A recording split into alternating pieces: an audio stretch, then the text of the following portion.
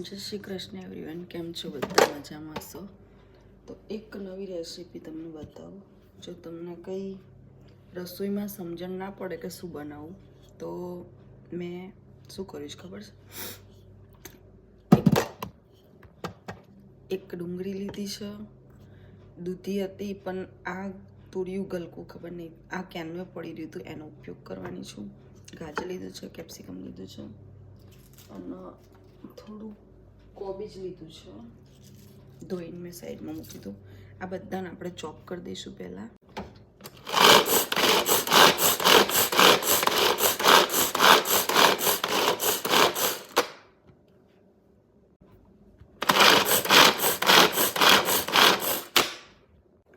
જુઓ, આ રીતે બધું ચોપ કરી લીધું છે. જો તમે એવું હોય તો છીણી બી શકો, પણ જો ટાઈમ નહોતો એટલે ઝીણું ચોપ કરી દીધું છે. પછી એક પેનમાં તેલ મૂકી અને એમાં વઘાર કરી દેવાનો છે.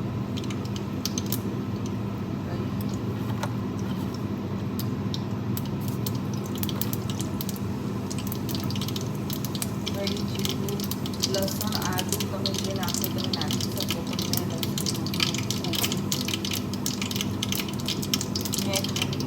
દહીં જીરાનો વઘાર કરી પછી જ્યાં વેજીટેબલ હતું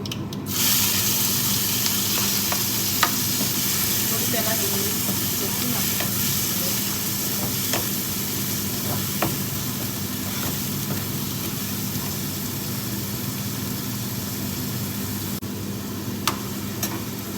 શેકી જાય આ જે બીજું બધું વેજીટેબલ હતું તમને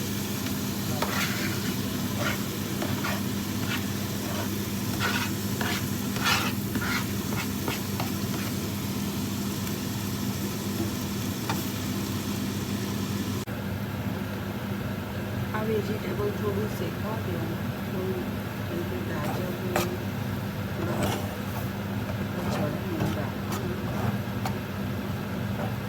હવે આમાં કેવું દૂધી જ નાખવાનું હોય, પણ મેં અખતરો કર્યો તો કંઈ કહેવાય દૂધી કહેવાય એ ક્યારનું પડી દીધું દૂધી એ ક્યારનું પડી દીધું મેં કીધું એનો ઉપયોગ ના દઉં.